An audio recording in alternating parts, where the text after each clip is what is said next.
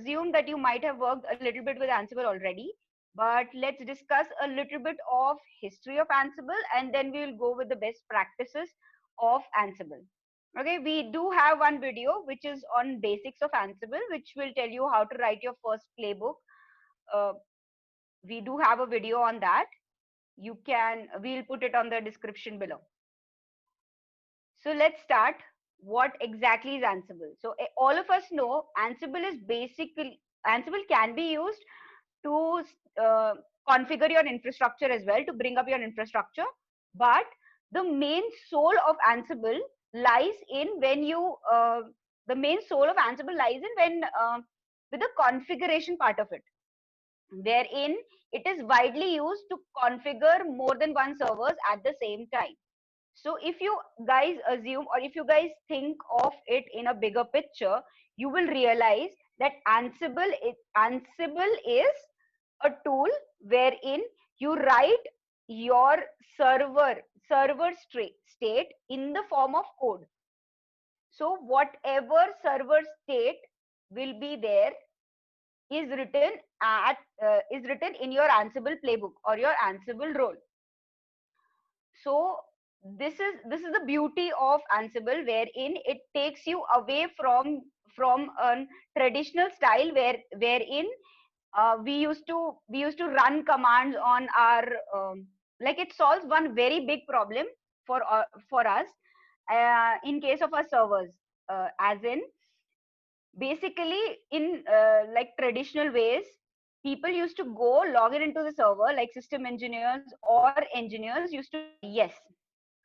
So what we were discussing about Ansible maintaining the state of your structure, of your infrastructure, or maintaining the state of your server, as in what commands. So this in this way, if you control what is being installed on your server, then you will be able to configure your servers easily, your new servers easily. You will be able to debug your servers easily, because all in like some few years back, when people used to go and run commands using shell, there is a very big problem which usually happens, that different people used to configure different things in different way. So all the servers sometimes used to look differently. So in one server, like if you go and check some legacy servers of your own institution, you will find that in one server something is configured in one way, in other server it is configured in some other way, because it is configured by two different people. There can be a lot of problems based on, okay, where when it is like if currently if there is one server which has one version of Postgres installed on it, and that at that time the version was 10.12.2 example. Okay, so now when since days evolve, the the servers or the repos also improve. So now earlier it was 10.12.2. Now when you start configuring your server in the same way, it will start configuring some other version, some other minor version, maybe. If you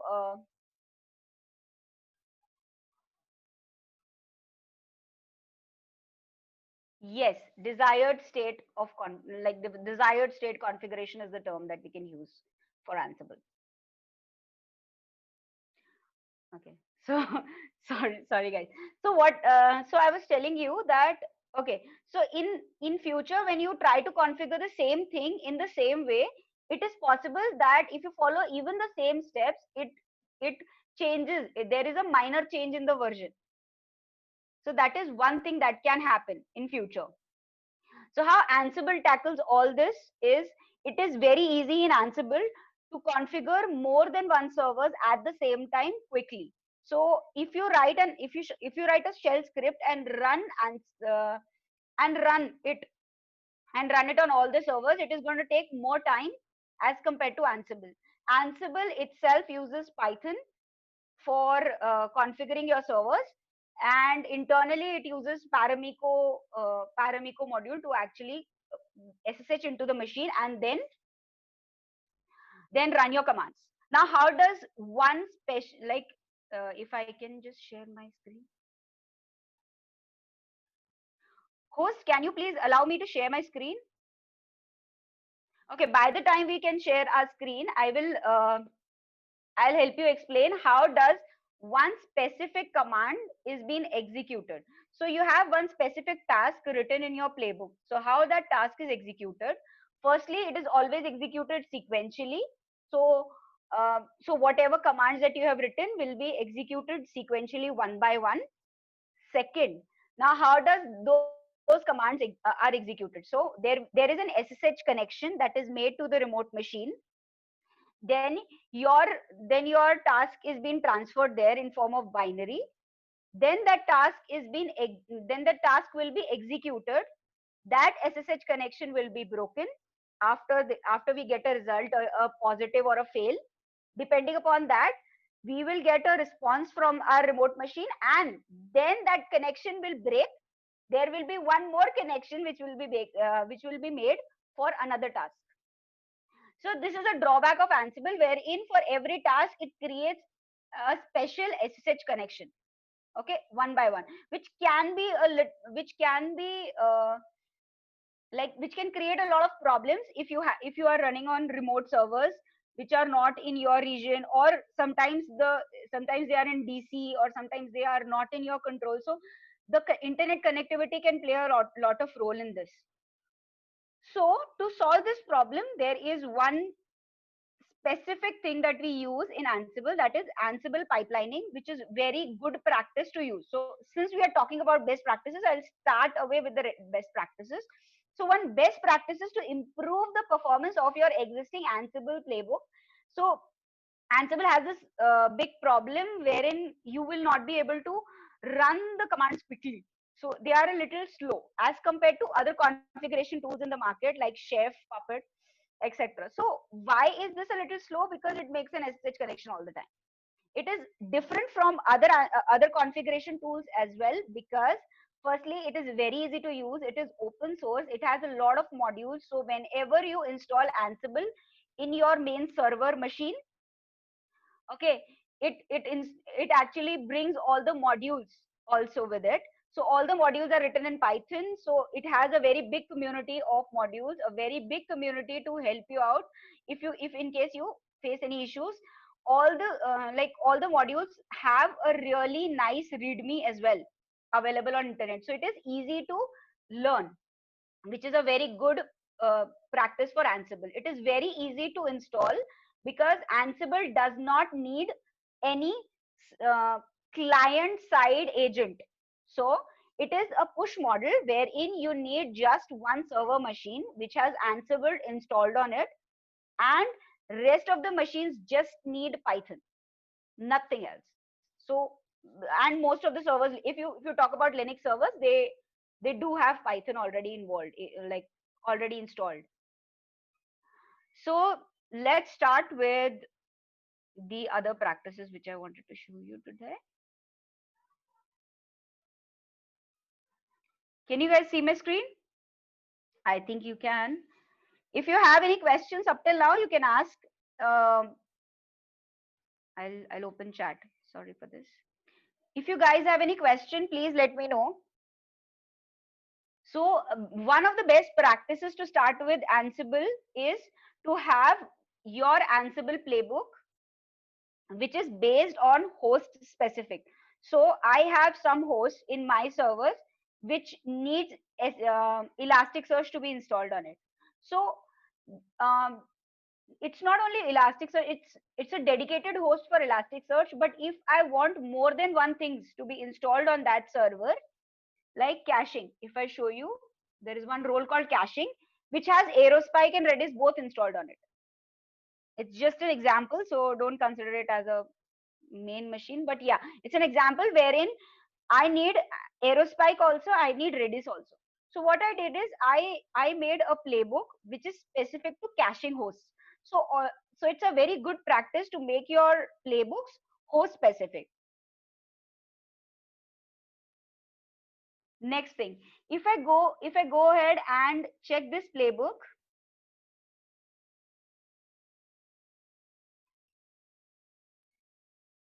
playbook to install Docker.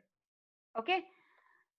So let's discuss about what is good and what is wrong in this playbook. If you guys have any like just looking at this structure of this role, so every role should be able to perform one specific task.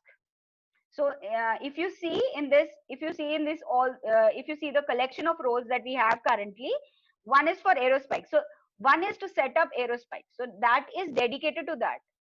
So it is very good practice to be like create roles based on the particular task or the set of tasks that are going to combine and create one uh, or complete one task for you, like install Redis or Docker Redis, that is run Redis as Docker. So this is one role. Install Java is one role. So just looking at the roles, you will be able to understand what exactly, what are the actions that this role is going to perform.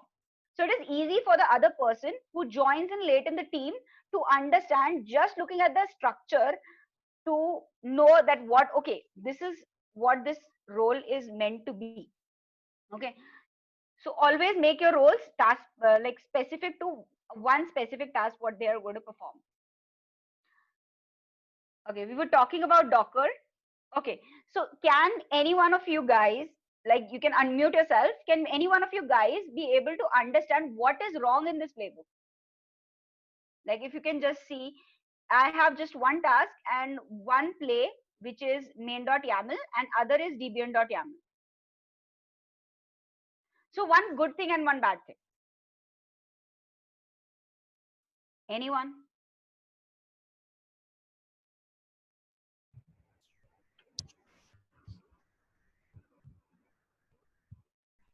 I guess there is a syntax error.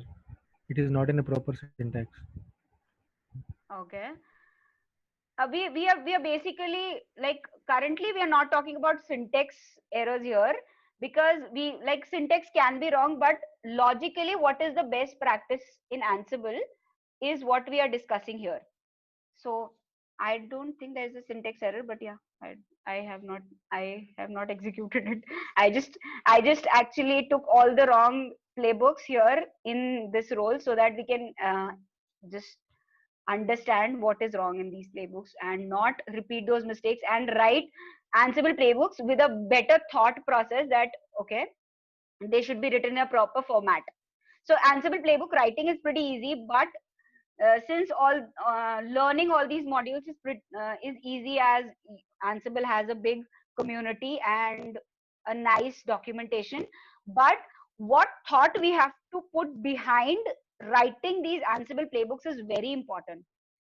Okay, so I'll tell you, in short, I'll tell you what is wrong with this playbook. So this playbook will only run for host type Debian. It will not run for Red Hat at all, because there is no role written for Red Hat, and like it has been assumed that it will be executed only on Debian hosts, which is like, which is, there can be a case, like I have faced it a lot of times in my career, wherein we have to configure more than one host type. Like I have earlier I had Debian, now I have to run the same playbooks for Red Hat as well. So but those playbooks will not run, obviously their package managers are different, so they will not be able to run. If you go and check Debian, everything, everywhere you'll find app package manager. So apt has started writing apt and app. So this role is going to run only for Debian. Now, good thing what a person has done in this play is that they have debian.yaml as separated out. Now, good thing in this playbook is you can have another file called redhat.yaml. Expand this playbook, like expansion of this playbook for Red Hat will be very easy, since they have not added all the roles and the installation part in main.yaml only. So if I add all this in your main.yaml, then expanding this playbook will be very difficult. Why? Because firstly, this main.yaml will become very big. Second, at every stage in this line you have to check, like on every task you have to check, okay, if it is a deviant then perform this task, if it is a deviant then perform this task. So good in this playbook is that you can expand it pretty easily and you can write it for Red Hat like easily.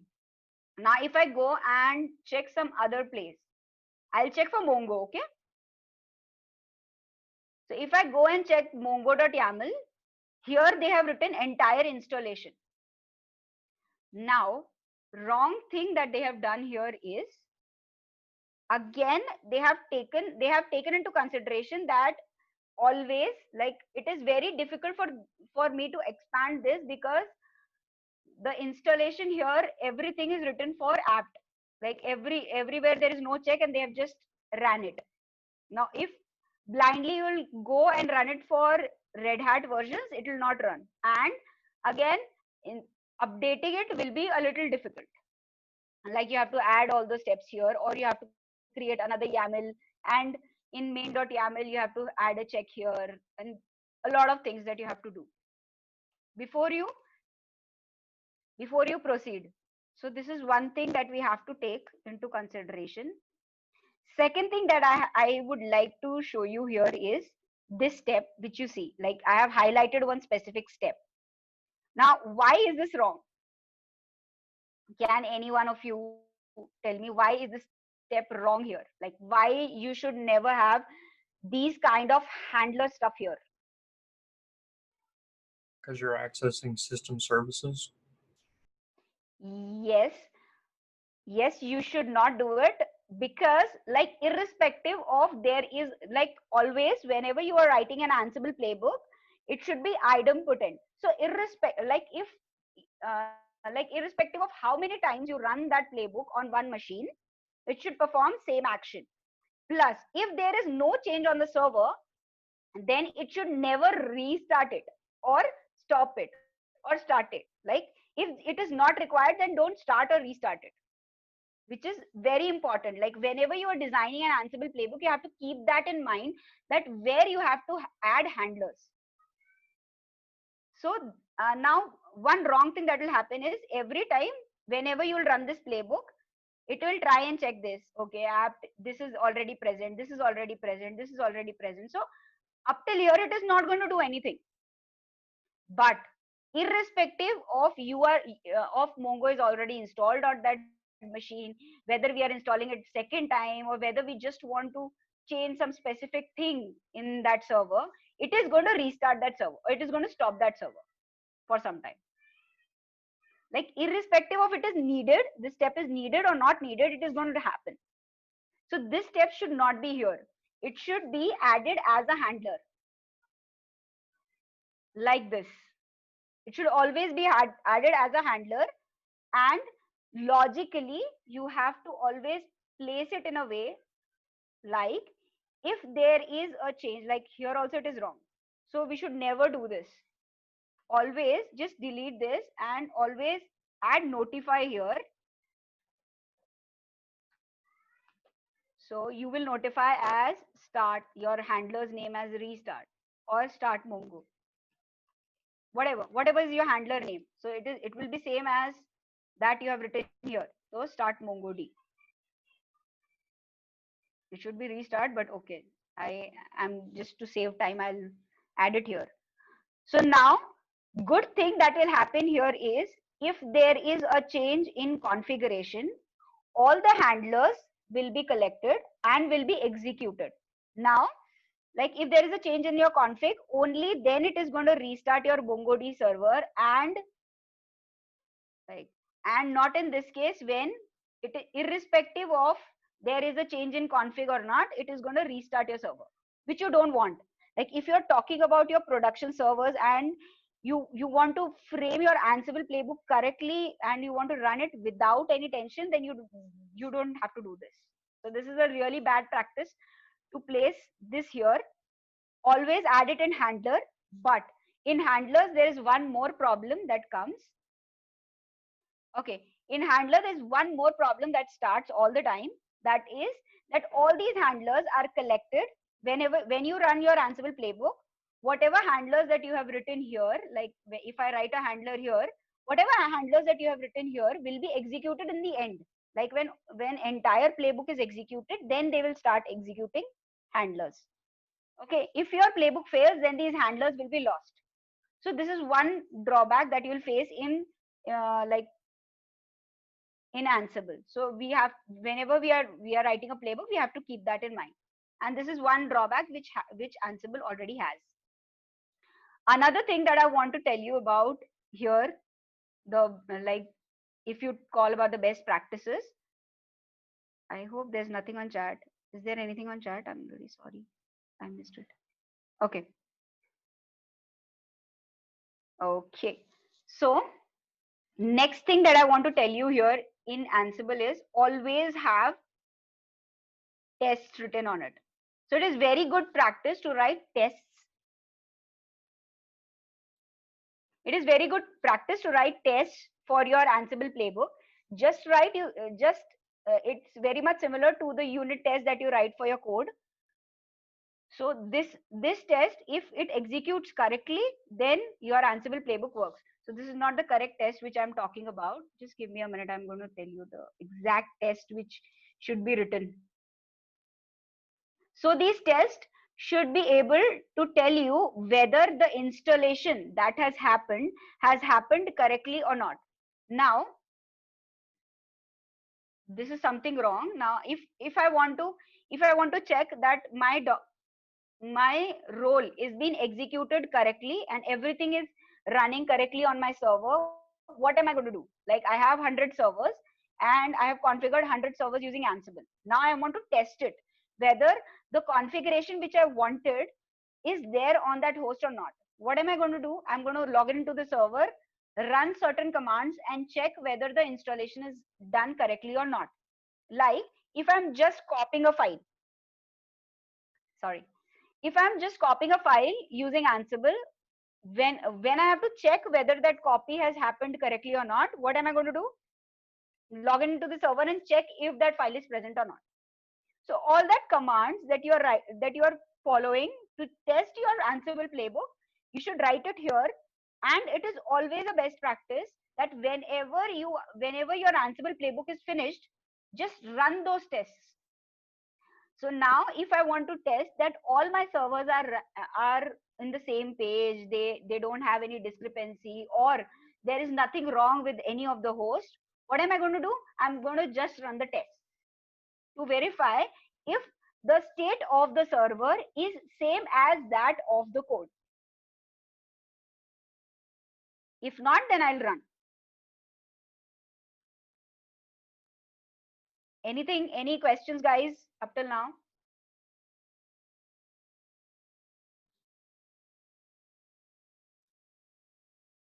Okay.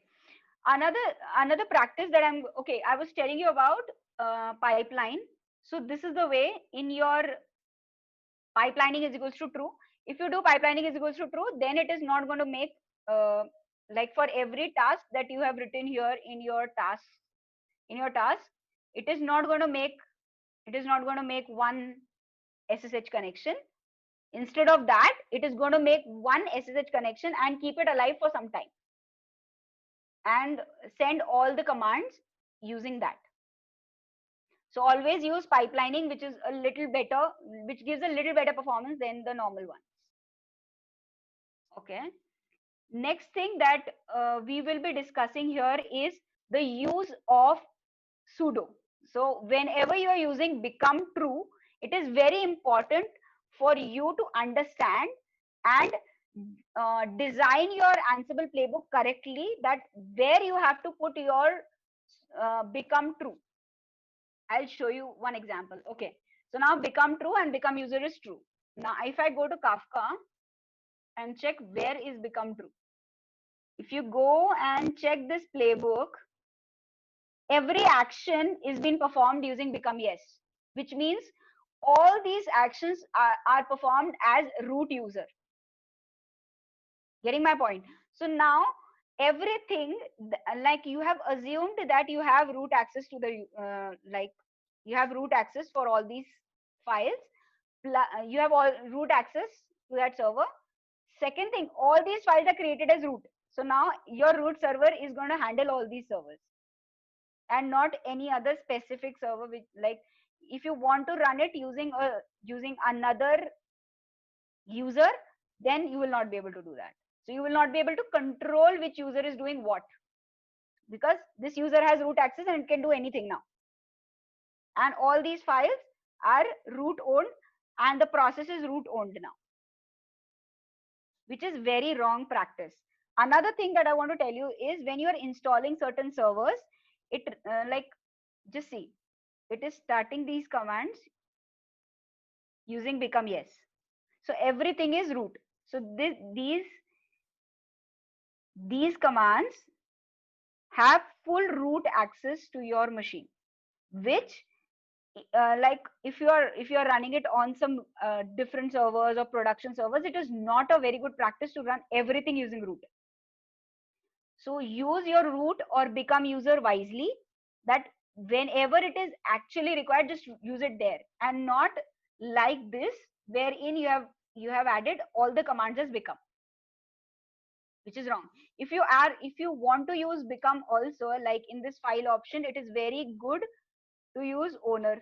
You can add an owner to it, which means that this file will be created by root, but the owner and the group of this is some other user, maybe Kafka.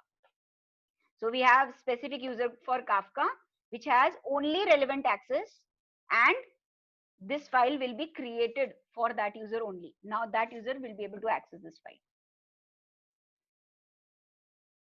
Getting my point? Am I clear, or is there any questions for this?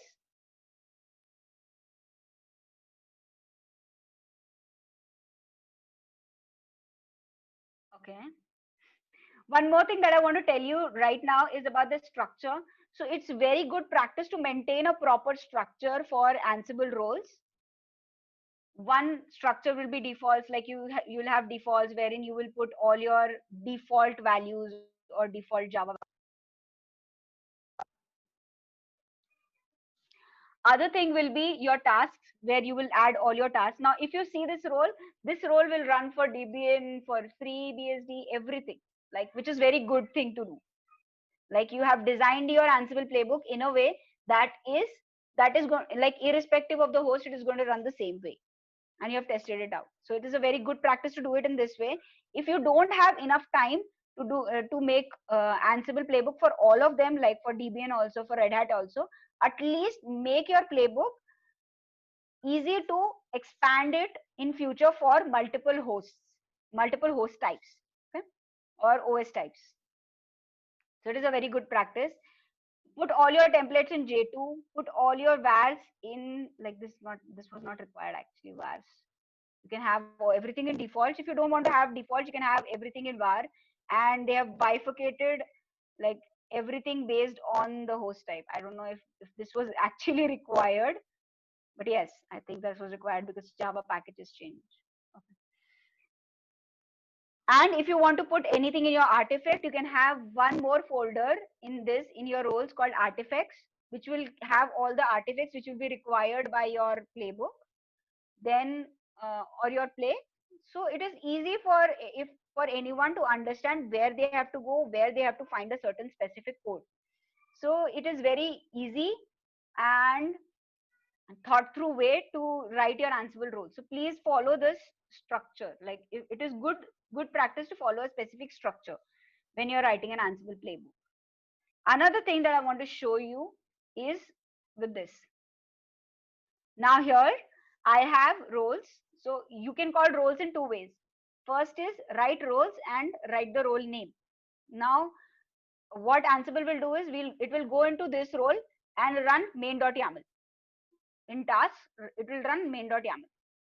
So that is what Ansible is going to do. But there is another way to call a specific YAML in a role, which is good practice, because, like, if you see this tasks,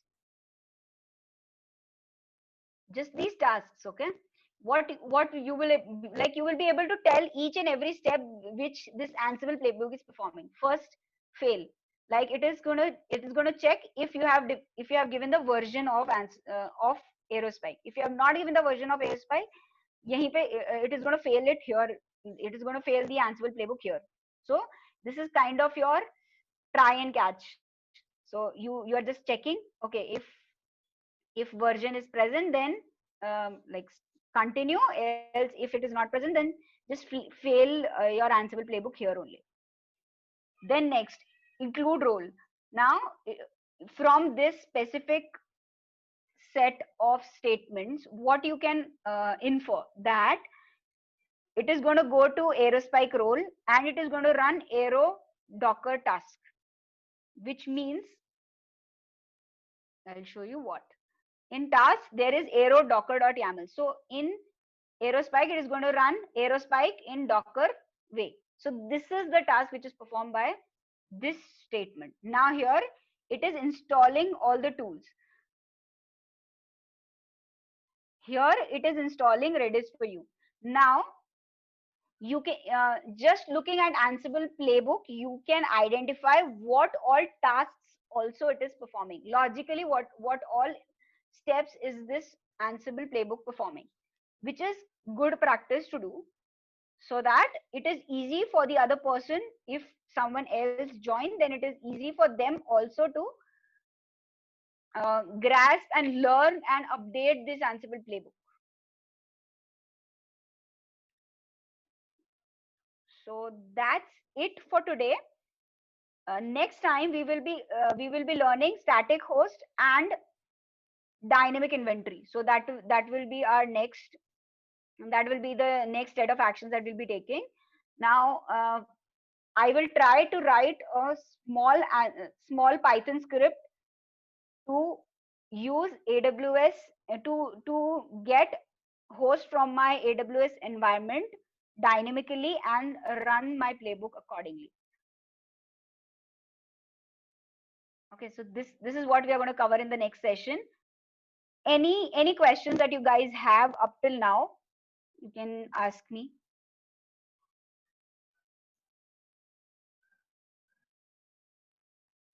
If you guys are beginners, it is always a good practice to go and check out some Ansible Galaxy roles which are already present. So Ansible Galaxy has all the roles present already, so you can use that.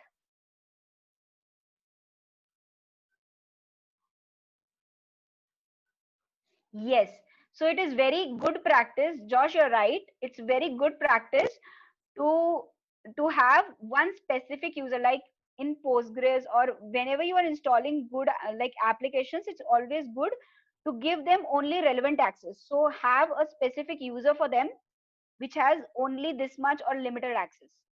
It is also a possibility that if you are running on a data center, or if you are working with um, in a strict environment with some bank, then it is always possible that they don't give you root at all. Like if you are, it is also possible that they don't give you root, they just give you a specific access to certain things. Then in case you have, you know what all access you need, it will be easier for you to like interpret, okay, I need this much access, I need this access for this, I need this access for that.